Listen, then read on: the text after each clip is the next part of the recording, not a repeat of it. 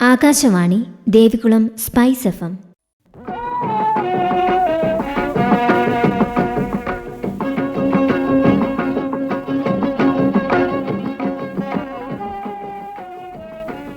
അങ്കണം സ്ത്രീകൾക്കായുള്ള പരിപാടി.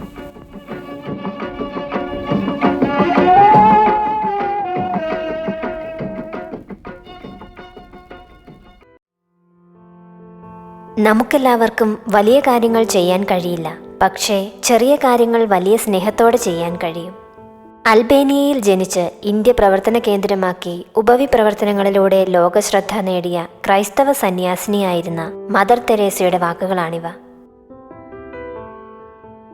നമസ്കാരം പ്രിയ ശ്രോതാക്കളെ, ഏവർക്കും അങ്കണത്തിലേക്ക് സ്വാഗതം. അങ്കണത്തിൽ ഇന്ന് ആദ്യം ഇന്ദിരാ പ്രസാദ് അവതരിപ്പിക്കുന്ന കഥാപ്രസംഗം. ശിവം ശിവകരം ശാന്തം ശിവാത്മാനാം ശിവോത്തമം ശിവമാർഗ പ്രാണാധീരം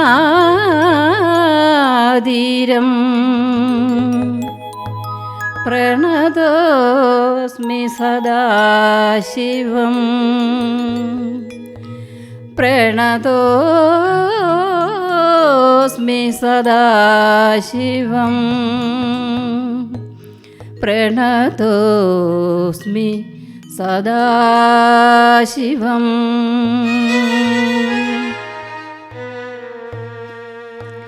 മാതാവിൻ്റെ അനുഗ്രഹവും അതിരറ്റ വാത്സല്യവും മറ്റെന്തിനേക്കാളും ശക്തമാണെന്ന് തെളിയിക്കുന്ന ഹൃദയസ്പർശിയായ കഥ ലോകോത്തര ഇതിഹാസമായ മഹാഭാരതത്തിൻ്റെ ഏടുകളിൽ നിന്നും എടുത്ത് കഥാപ്രസംഗമായി അവതരിപ്പിക്കുന്നു സുയോധനൻ. കൗരവരും പാണ്ഡവരും തമ്മിലുള്ള ഐക്യശ്രമങ്ങളെല്ലാം പരാജയപ്പെട്ടു. യുദ്ധം അതുമാത്രമാണ് ഇനി പോംവഴി. ധർമാധർമ്മങ്ങൾ തമ്മിലുള്ള ഘോരയുദ്ധം. പരാജയത്തിൻ്റെ പട്ടടയിലേക്ക് പാഞ്ഞടുക്കുകയാണ് കൗരവർ. ഭയാശങ്കകൾ കൊണ്ട് ദുര്യോധനൻ നിരാശനായി. ആത്മമിത്രമായ കർണനോട് ചോദിച്ചു, കർണ, നമ്മൾ പരാജയപ്പെടുമോ?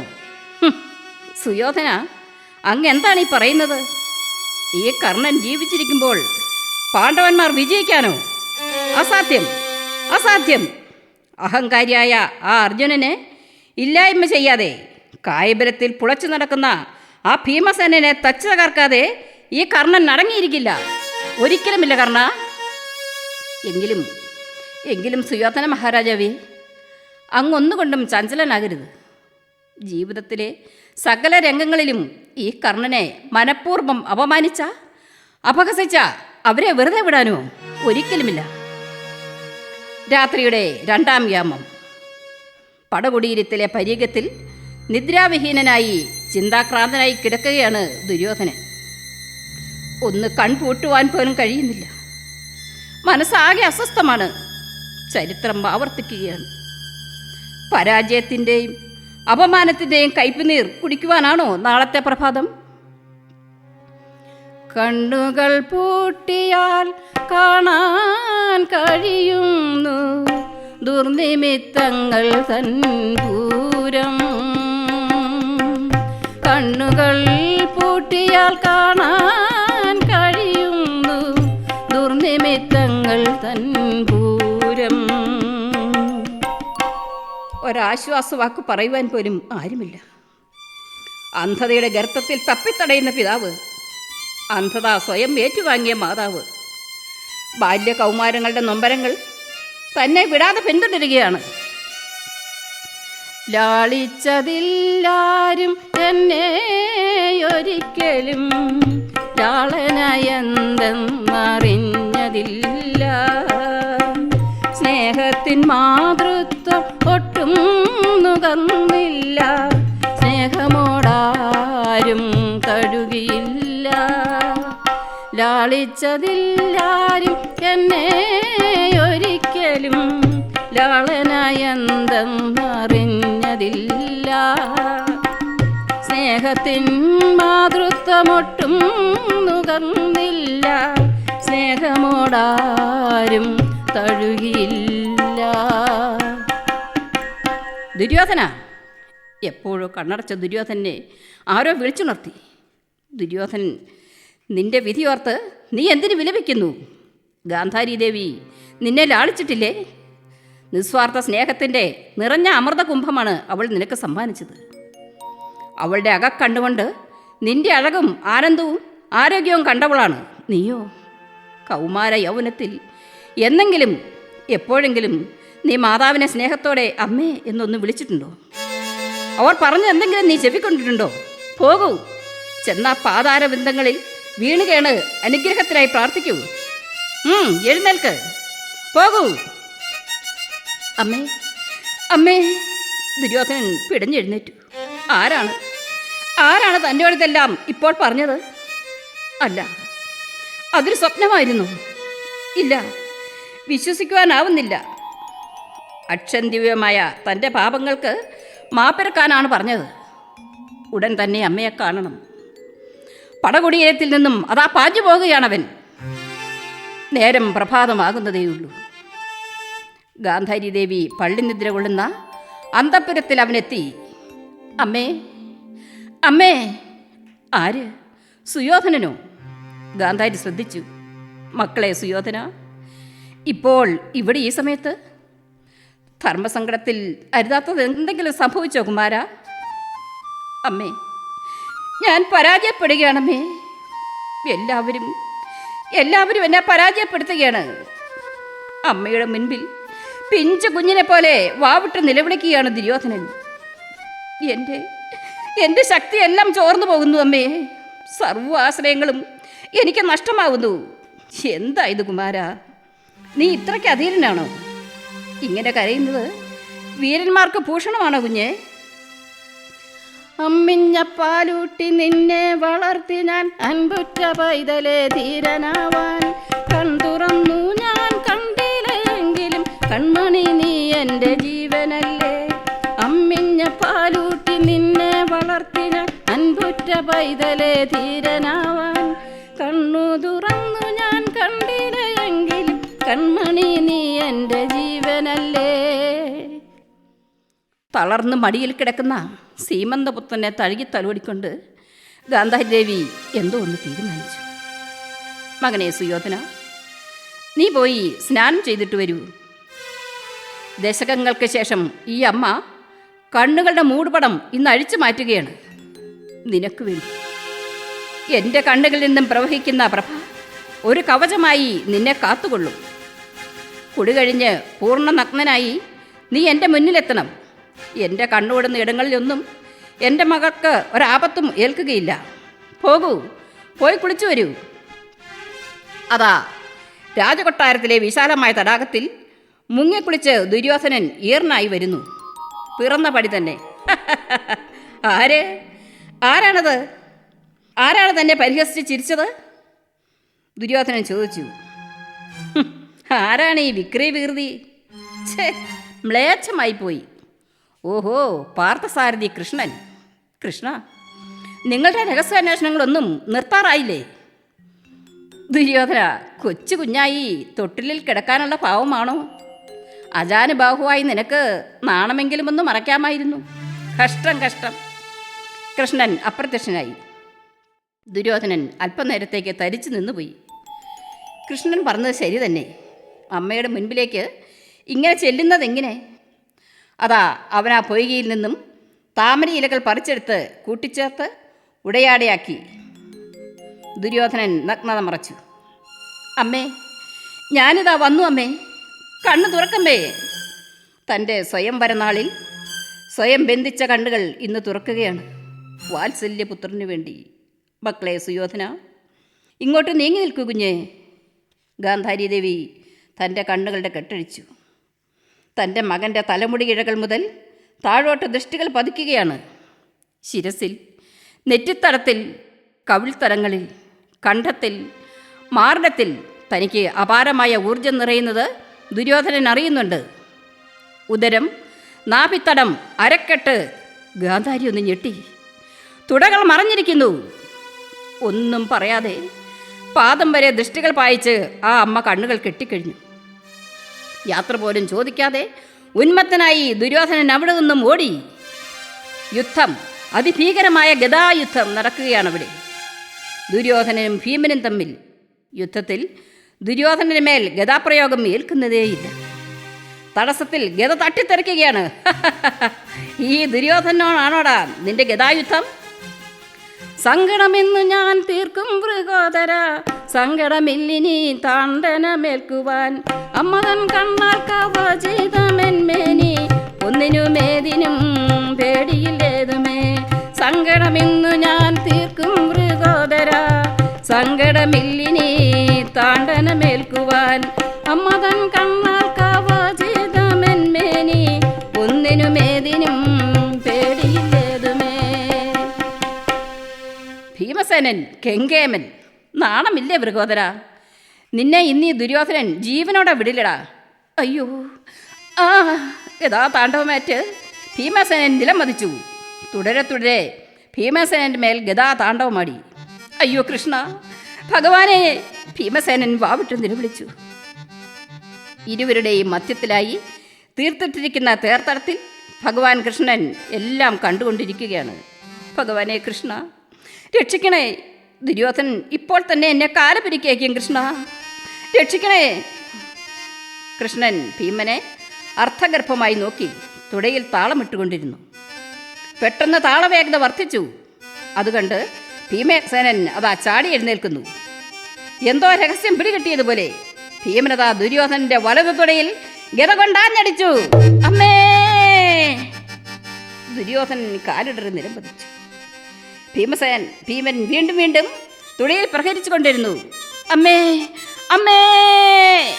പിടഞ്ഞു പിടഞ്ഞ് ദുര്യോധനൻ വീരസ്വർഗം പൂകി. പ്രിയമുള്ളവരെ, സ്വന്തം അമ്മയുടെ മുൻപിൽ മറയ്ക്കപ്പെട്ട തുടകൾ ദുര്യോധനൻ്റെ നാശത്തിന് കാരണമായി. പെറ്റമ്മയോട് പലതും ഒളിച്ചു വയ്ക്കുന്ന പുതിയ കൗമാര സംസ്കാരത്തിനും പെറ്റമ്മയുടെ മഹത്വമറിയാത്ത പെരുവഴിയിൽ തടഞ്ഞ സമൂഹത്തിനും മാതൃശക്തിയുടെ കഥ ഒരു പാഠമാകട്ടെ എന്ന് മാത്രം പ്രാർത്ഥിച്ചുകൊണ്ട് നിർത്തുന്നു.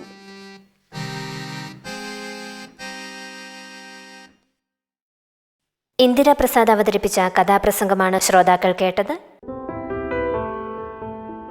അടുത്തത് ചിത്രീകരണം. ശാസ്ത്രസ്ത്രീ ശാസ്ത്രശ്രീ. രചന വിനീത ഷിബു. അനുദിനം അത്യധികം വേഗത്തിൽ കുതിച്ചു മുന്നേറുന്ന രംഗമാണ് ശാസ്ത്രമേഖല. ആ ശാസ്ത്രമേഖലയുടെ കണ്ണഞ്ചിപ്പിക്കുന്ന വളർച്ചയിൽ മനുഷ്യന്റെ ബൗദ്ധികതയ്ക്കും ചിന്താശേഷിക്കും നല്ല ബന്ധമുണ്ട്. കാര്യകാരണങ്ങൾ വസ്തുതാപരമായി പഠിച്ച് അത് ശാസ്ത്രീയമായി തെളിയിച്ച് ഒട്ടനവധി കാര്യങ്ങൾ കണ്ടെത്തുകയും കണ്ടെത്തിയതിനെ പുനർപരിശോധിച്ചും പുത്തൻ കൂട്ടിച്ചേർത്തലുകൾ നടത്തിയും മനുഷ്യനുള്ളിടത്തോളം ശാസ്ത്രമേഖല ഇങ്ങനെ വളർന്നുകൊണ്ടേയിരിക്കും. മാനവരാശിയുടെ അഭിമാനാർഹമായ നേട്ടത്തിൻ്റെ മേഖലയാണ് ശാസ്ത്രമേഖല. അവിടെ കയ്യൊപ്പ് പതിപ്പിച്ച ഒട്ടനവധി പ്രതിഭകൾ നമുക്കുണ്ട്. ചില പ്രതിഭാശാലികൾ മൺമറഞ്ഞു പോയെങ്കിലും അവരുടെ പരീക്ഷണ നിരീക്ഷണ കണ്ടെത്തലുകൾ തലമുറ ഓർത്തിരിക്കും. ഇന്നത്തെ കണ്ടുപിടുത്തങ്ങൾ നാളെ പഠന വിഷയമായി പുത്തൻ പരിവർത്തനങ്ങളിലൂടെ ശാസ്ത്രം പരിണമിക്കുന്നു. ഇത്തരത്തിൽ വളർന്നുകൊണ്ടിരിക്കുന്ന ശാസ്ത്രരംഗത്ത് സ്ത്രീ പുരുഷ വ്യത്യാസങ്ങളില്ലാതെ അർപ്പണബോധത്തോടും തികഞ്ഞ പ്രത്യാശയോടും കൂടെ മുന്നേറിയ ഒരു പറ്റം ആളുകൾ നമുക്കുണ്ട്. അതിലെടുത്തു പറയേണ്ട വിഭാഗമാണ് സ്ത്രീകളും പെൺകുട്ടികളും. സ്ത്രീകൾക്കും പെൺകുട്ടികൾക്കും വിദ്യാഭ്യാസം പോലും നിരസിച്ച് അടുക്കളയുടെയും വീടിൻ്റെയും 4 ചുവരുകൾക്കുള്ളിൽ വീട്ടുജോലികൾ മാത്രം ചെയ്യാൻ വേണ്ടി ഒതുക്കേണ്ടവരല്ല. മറിച്ച് അവർക്കും അന്വേഷണാത്മകതയും ശാസ്ത്രീയ അവബോധവും നിരീക്ഷണ പാടവവും ഉള്ളവരാണെന്ന് ലോകത്തിനു മുൻപിൽ ഉറക്കെ വിളിച്ചു പ്രഖ്യാപിച്ചതിൻ്റെ തെളിവാണ് മേരി ക്യൂറി. 1867 പോളണ്ടിൽ ജനിച്ച മേരി ക്യൂറിക്ക് അക്കാലത്ത് പ്രാഥമിക വിദ്യാഭ്യാസം പോലും നിരസിക്കപ്പെട്ടു. എന്നാൽ കടുത്ത നിശ്ചയദാർഢ്യത്തോടെ രഹസ്യമായി വിദ്യാഭ്യാസം നടത്തുകയും ഉപരിപഠനത്തിനായി ഫ്രാൻസിലേക്ക് കുടിയേറുകയും ചെയ്തു. അങ്ങനെ ശാസ്ത്രമേഖലയിൽ ഉന്നത ബിരുദങ്ങൾ നേടിയ ആദ്യ വനിതയായി മാറി. ആ ജൈത്രയാത്ര അവിടം കൊണ്ട് അവസാനിക്കുന്നില്ല. റേഡിയോ ആക്റ്റീവ് മൂലകമായ റേഡിയം കണ്ടുപിടിക്കുകയും രസതന്ത്രത്തിലും ഭൗതികശാസ്ത്രത്തിലും ഒരേപോലെ പ്രാവീണ്യം നേടിക്കൊണ്ട് 2 ശാസ്ത്രമേഖലയിലായി 2 വട്ടം നോബൽ സമ്മാനം കരസ്ഥമാക്കി. നോബൽ സമ്മാനം നേടിയ ആദ്യ വനിത, പാരീസ് സർവകലാശാലയിലെ ആദ്യ വനിതാ പ്രൊഫസർ, തുടങ്ങി ശാസ്ത്രമേഖലയ്ക്കായി ഒട്ടനവധി സംഭാവനകൾ നൽകി സ്വജീവിതം തന്നെ മാറ്റിവെച്ച ധീരവനിതയാണ് മേരി ക്യൂറി. മേരി ക്യൂറിയിൽ തുടങ്ങി ഒട്ടനവധി വനിതകളുടെയും പെൺകുട്ടികളുടെയും ധീരമായ കണ്ടെത്തലുകൾ തന്നെയാണ് ഇന്നത്തെ ഈ ശാസ്ത്രമേഖലയുടെ അടിത്തറ. ഇത്തരം സംഭാവനകളെ അനുസ്മരിക്കുന്നതിനും പുത്തൻ തലമുറയ്ക്ക് പ്രചോദനം നൽകുന്നതിനുമായി എല്ലാ വർഷവും ഫെബ്രുവരി 11 ലോകമെമ്പാടും സ്ത്രീകളുടെയും പെൺകുട്ടികളുടെയും അന്താരാഷ്ട്ര ശാസ്ത്ര ദിനമായി ആചരിക്കുന്നു. അതുപോലെ തന്നെ ശാസ്ത്രരംഗത്ത് മികച്ച സംഭാവന നൽകിയ മറ്റൊരു അതുല്യ ഇന്ത്യൻ പ്രതിഭയാണ് ജാനകി അമ്മാൾ. ഒരുപക്ഷെ നമ്മുടെ ചായയ്ക്ക് ഇരട്ടി മധുരം നൽകിയ വ്യക്തി. പോളിപോയിഡ്, പൈറ്റോജിയോഗ്രഫി, എത്നോബോട്ടണി തുടങ്ങിയ മേഖലകളിൽ ആഴത്തിൽ പഠനം നടത്തുകയും അത് കരിമ്പിൻ കൃഷിയിൽ പ്രാവർത്തികമാക്കിക്കൊണ്ട് ഇന്ത്യൻ കരിമ്പ് ഉത്പാദനം ത്വരിതപ്പെടുത്തി. മലയാളി അറിയാത്ത ഈ മലയാളി ശാസ്ത്രജ്ഞ ഇന്ത്യൻ ശാസ്ത്രരംഗത്തെ മറ്റൊരു നാഴികക്കല്ലാണ്. അതുകൊണ്ട് തന്നെ ഇന്ത്യയിലെ ആദ്യ സസ്യശാസ്ത്രജ്ഞയ്ക്ക് 1977 പത്മശ്രീ നൽകി ആദരിച്ചു. ഇന്ത്യൻ സൈനിക ശക്തിയുടെ നിലവാരമുയർത്താൻ വേണ്ടിയുള്ള പദ്ധതിയായ അഗ്നി 4-5 മിസൈലുകൾ വികസിപ്പിക്കുന്നതിന് പ്രൊജക്ട് ഡയറക്ടറായ ടെസി തോമസ്, ഇന്ത്യൻ കാലാവസ്ഥാ ശാസ്ത്രത്തിൽ ഗവേഷണം നടത്തി കാലാവസ്ഥാ പഠന മേഖലയിൽ മികച്ച കണ്ടെത്തലുകൾ നടത്തിയ അന്നാമണി തുടങ്ങിയവരും ഇന്ത്യൻ ശാസ്ത്രമേഖലയിൽ എടുത്തു പറയേണ്ടവർ തന്നെ. ഇന്ത്യൻ ബഹിരാകാശ ശാസ്ത്രമേഖലയിൽ വ്യക്തിമുദ്ര പതിപ്പിച്ച ഇന്ത്യയുടെ ധീരവനിത കൽപ്പന ചൗള ഇന്ത്യയിൽ ആദ്യമായി എയറോനോട്ടിക്കൽ എഞ്ചിനീയറിംഗിൽ ബിരുദം നേടിയ വനിതയാണ്. 1996 നാസയുടെ ബഹിരാകാശ ദൗത്യമായ കൊളംബിയയിൽ അംഗമാവുകയും 1997 നവംബർ 19 ബഹിരാകാശ ദൗത്യവുമായി പറന്നുയർന്നുകൊണ്ട് ആദ്യ ഇന്ത്യൻ വനിതാ ബഹിരാകാശ സഞ്ചാരിയായി മാറി. അതുകൊണ്ട് തന്നെ നാസ പോലും അസാധാരണ ബഹിരാകാശ സഞ്ചാരി എന്നാണ് കൽപ്പന ചൗളയെ വിശേഷിപ്പിച്ചത്. ഇത് ഇന്ത്യയുടെ കാര്യം. എന്നാൽ ലോകത്താദ്യമായി ബഹിരാകാശത്തെത്തിയ സ്ത്രീയാണ് വാലന്റീന തെരഷ്കോവ. ഗണിതശാസ്ത്രത്തിൽ കമ്പ്യൂട്ടറിനെ പോലും തോൽപ്പിച്ച നമ്മുടെ ഹ്യൂമൻ കമ്പ്യൂട്ടർ ഒരു വനിതയാണ് ശകുന്തള ദേവി. ഔദ്യോഗിക വിദ്യാഭ്യാസം പോലും ഇല്ലാതിരുന്നിട്ടും ഗണിതശാസ്ത്ര മേഖലയിലെ മികവ് നാം എടുത്തു പറയേണ്ടതാണ്. 1977 ഏറ്റവും വേഗതയേറിയ കമ്പ്യൂട്ടറിനേക്കാൾ 12 സെക്കൻഡ് വേഗത്തിൽ കണക്ക് ചെയ്ത് ലോകത്തെ ഞെട്ടിച്ചു. ഇത്തരത്തിൽ പേരെടുത്തു പറഞ്ഞവരേക്കാൾ ഇനിയും പറയുവാനേറെ. ശാസ്ത്ര സാങ്കേതിക വിദ്യ വളർച്ച പ്രാപിച്ചതോടെ സർവ്വതോന്മുഖമായ നേട്ടം നാം കൈവരിച്ചു. ഇതിനു പിന്നിൽ അടുക്കളയിൽ നിന്നും ശാസ്ത്രമേഖലയിലേക്ക് കടന്നുവന്ന ഒട്ടനവധി പെൺകരുത്തുകൾ നമുക്കുണ്ട്. അടുക്കള പോലും പരീക്ഷണശാലയാക്കിക്കൊണ്ട് ഒരു വട്ടമെങ്കിലും ഒരു പരീക്ഷണത്തിന് മുതിരാത്ത ഒരു സ്ത്രീ പോലും നമുക്കുണ്ടാകില്ല. നരവംശാസ്ത്രത്തിൽ സ്ത്രീകളുടെ വ്യക്തിപരമായ നിരീക്ഷണ പാടവത്തിന് ശാസ്ത്രീയമായി തന്നെ അറിവുകൾ പകർന്നു നൽകുന്നുണ്ട്. ശാസ്ത്ര പുരോഗതി എന്ന് പറഞ്ഞാൽ ഒരു തരത്തിൽ മാനവികതയുടെ സ്വാതന്ത്ര്യ പ്രഖ്യാപനം തന്നെയാണ്. അതുകൊണ്ട് തന്നെ സ്ത്രീ പുരുഷ വ്യത്യാസങ്ങൾക്കതീതമായി വികസിക്കേണ്ട മേഖലയാണ് ശാസ്ത്രം. എന്നാൽ ആർഷഭാരത സംസ്കാരത്തിന്റെ വക്താക്കളായ ഭാരതീയർ സ്ത്രീകളും പെൺകുട്ടികളും വീട്ടിൽ പൂജിക്കേണ്ടവരാണ് എന്ന മനുസ്മൃതി വാക്യം ബോധപൂർവം മറന്ന് ന സ്ത്രീ സ്വാതന്ത്ര്യമർഹതി എന്നതിന് മാത്രം ചെവി കൊടുത്തു. തത്ഫലമായി വീടിന്റെ ചുവരുകൾക്കുള്ളിൽ ബന്ധിക്കപ്പെട്ടു. സ്ത്രീകൾ പൊതുസമൂഹത്തിൽ ഇടപെടേണ്ടതില്ല എന്ന പുരുഷ കേന്ദ്രീകൃത നിയന്ത്രണങ്ങളും അധാർമികമായ നടപടിക്രമങ്ങളും നീതിനിഷേധങ്ങളും സ്ത്രീകളുടെ ശാസ്ത്രരംഗത്തേക്കുള്ള വഴിയടച്ചു. എന്നിരുന്നാലും അക്കാലത്തും ശാസ്ത്ര സാങ്കേതിക പര്യവേഷണത്തിനായി മുന്നിട്ടിറങ്ങിയ കുറച്ച് ധീര വനിതകൾ നമുക്ക് മുൻപിലുണ്ട്. അതിനുദാഹരണമാണ് വൈദ്യശാസ്ത്രത്തിൽ ആദ്യ ഡോക്ടറേറ്റ് നേടിയ ആനന്ദിഭായ് ജോഷി, കമല സോണി, കൽപ്പന ചൗള തുടങ്ങിയ ഒട്ടനവധി പേർ. ശാസ്ത്രമേഖലയിൽ സ്ത്രീകളുടെ പങ്കാളിത്തം കുറയുന്നതിൻ്റെ കാരണം ലിംഗപരമായ അസമത്വം തന്നെയാണ്. സമത്വത്തെക്കുറിച്ച് നാം എത്രയൊക്കെ പറഞ്ഞാലും സ്ത്രീ പുരുഷ വിവേചനം നമ്മുടെ സമൂഹത്തിൽ വേരറ്റ് പോകാതെ പിന്തുടരുകയാണ്. എന്നാണോ ഇത്തരം വേരോട്ടം അവസാനിക്കുന്നത് അന്നു മാത്രമാണ് സമസ്ത മേഖലകളിലും നമുക്ക് വളർച്ചയുണ്ടാക്കുവാൻ സാധിക്കുകയുള്ളൂ. ലോകപ്രശസ്തനായ ശാസ്ത്രജ്ഞൻ ഐൻസ്റ്റീനെക്കുറിച്ച് നമുക്കേവർക്കും അറിയാം. എന്നാൽ അദ്ദേഹത്തിനൊപ്പം ആശയങ്ങൾ പങ്കുവയ്ക്കുകയും പുതിയ പരീക്ഷണങ്ങൾക്ക് സഹചാരിയായി കൂടെയുണ്ടായിരുന്ന അദ്ദേഹത്തിൻ്റെ ഭാര്യ മെലീവ മാറിക് ഐൻസ്റ്റീനെ നമ്മളിൽ എത്ര പേർ അറിയുന്നു? പലപ്പോഴും പരാശ്രയത്തോടെ കഴിയുന്ന സ്ത്രീകൾ സ്വയം കരുത്താർജിച്ച് മുൻപോട്ട് തന്നെ വരണം. അവരുടെ നേട്ടങ്ങളും കഴിവുകളും പുറം ലോകം അറിയണം. പ്രത്യേകിച്ച് ശാസ്ത്രാവബോധവും ഗവേഷണവും പരിപോഷിപ്പിക്കേണ്ടതുണ്ട് എന്നതുകൊണ്ട് തന്നെയാണ് ഇപ്പോൾ ഗവൺമെൻറ് അടക്കം അവർക്കാവശ്യമായ സാമ്പത്തിക വിദ്യാഭ്യാസ സഹായങ്ങൾ, സ്കോളർഷിപ്പുകൾ തുടങ്ങിയവ നൽകുന്നത്. പുത്തൻ കാലത്തിൻ്റെ പുതിയ പ്രതീക്ഷകൾ നിറവേറാൻ കരുത്തുറ്റ യുവ സ്ത്രീ ശാസ്ത്രജ്ഞർ നമുക്കുണ്ടാവണം. അതിനുള്ള പ്രചോദനമാകട്ടെ നാം ഓരോരുത്തരുടെയും ഈ ദിനം. എല്ലാ പ്രതിസന്ധികളും തരണം ചെയ്ത് ലോകത്തിൻ്റെ പുത്തൻ കണ്ടുപിടുത്തങ്ങളിലേക്ക് കടന്നുവരുന്ന സ്ത്രീകളും പെൺകുട്ടികളുമാവട്ടെ നമ്മുടെ സ്വപ്നം.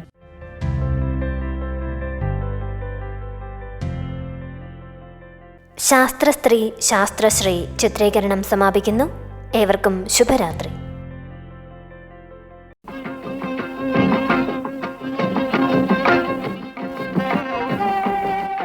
അങ്കണം സ്ത്രീകൾക്കായുള്ള പരിപാടി സമാപിക്കുന്നു.